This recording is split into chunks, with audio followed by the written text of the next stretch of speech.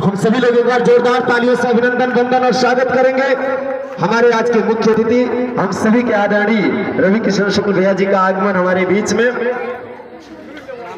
सनातन संस्कृति सनातन सभ्यता की पहचान हमारे सभी सांसद जिन्होंने जन जन की आवाज लोकसभा में उठाई, जन जन के साथी दुख सुख के साथी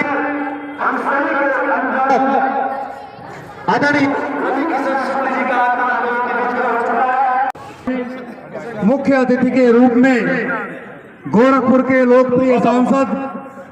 और भोजपुरी सिनेमा के सुपरस्टार श्रीमान रवि किशन शुक्ल जी का आगमन हुआ है।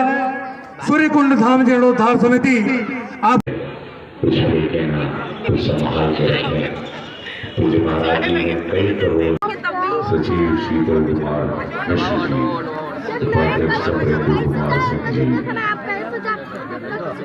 सिद्धि गुप्ता जी कोषाध्यक्ष, स्वाति मल्होत्रा जी, अशोक कुमार जी, प्रशांत त्रिपाठी जी, रविंद्रनाथ दुबे जी,